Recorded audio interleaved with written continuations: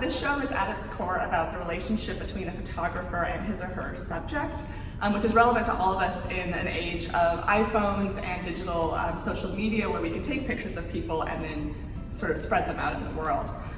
Physically and conceptually, Richard Avedon is the center of this exhibition. He's also an artist that's really important to us at the Carter. In 1979, we commissioned him to go out and do his series in the American West, which has become one of the major portrait series of the 20th century. Avedon spent 6 summers traveling throughout the American West, from Montana down to Texas, from California and through the desert states of Nevada and New Mexico, looking for people to photograph. He was specifically looking for what he called faces that could hold a wall, because he knew he was going to be an exhibition, and he was looking for people that would stop you in your tracks, knowing that he would print them at the large sort of scale we can see here. Avedon photographed all kinds of people that he found. He photographed drifters and waitresses, he photographed lawyers and coal miners, but one of the subgroups that he photographed are Hutterites, who are an Anabaptist group of people like the Amish or Mennonites, who live simple lives in communal sort of areas of the rural American West, away from a lot of the rest of mainstream US culture. They actually don't officially condone photography. We're not really sure how Avedon got them to sit for him, but 7 photographs of Hutterites ended up in the final publication that he made of this project. And the interesting thing about that is then they appeared in the book and on the wall with the kinds of people that in daily life they don't actually interact with sort of average Americans that usually are very separated from the Hutterites. Hello, I'm Raul Rodriguez. I'm a Carter community artist, and today with Cooped Up at the Carter, we're going to be using our phones to take some photographs and then an editing app for post-processing, as we look at the exhibition, looking at photography from the outside.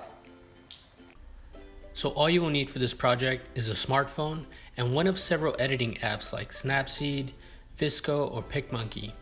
This is so we can adjust the brightness, contrast, color, or anything else you would like to after you've taken your photographs. Keep in mind this is an exercise you can do over several days. Start by exploring your surroundings. Take photos during activities and time spent with your family and loved ones. And yes, this can include pets. And everyday scenes that can help you tell your story. When you start to take pictures, look through your screen and think about composition. You can do this by using the rule of thirds. Do you want your subject to be on the right, left, or center of the image? Take a deep breath and... Now that we've taken some photos, let's use the editing app to make them pop. I'm going to be using Snapseed for this exercise, but feel free to use any other app you would like.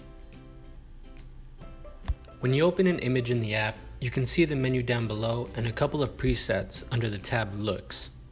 These are useful to give your photos a quick and convenient edit. Let's see what some of these do. I'm going to go with Portrait for this photo. Once I have it selected, I'm going to press the check mark in the lower right to apply the changes. When the changes are applied, the app brings back the menu bar. What I want to do now is crop this image.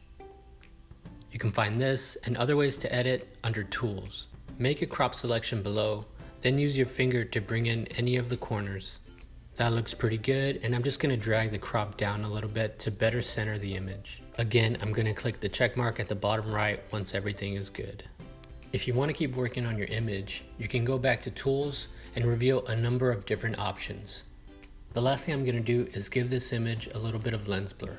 This is to create the effect of what we call shallow depth of field in photography. Now that my image is ready, I'm going to go to Export. You can see this brings up a number of options.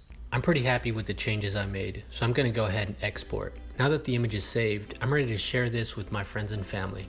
Take a look at what some of our Cooped Up Carter members are sharing. Feel free to share with us at the Amon Carter Museum of American Art.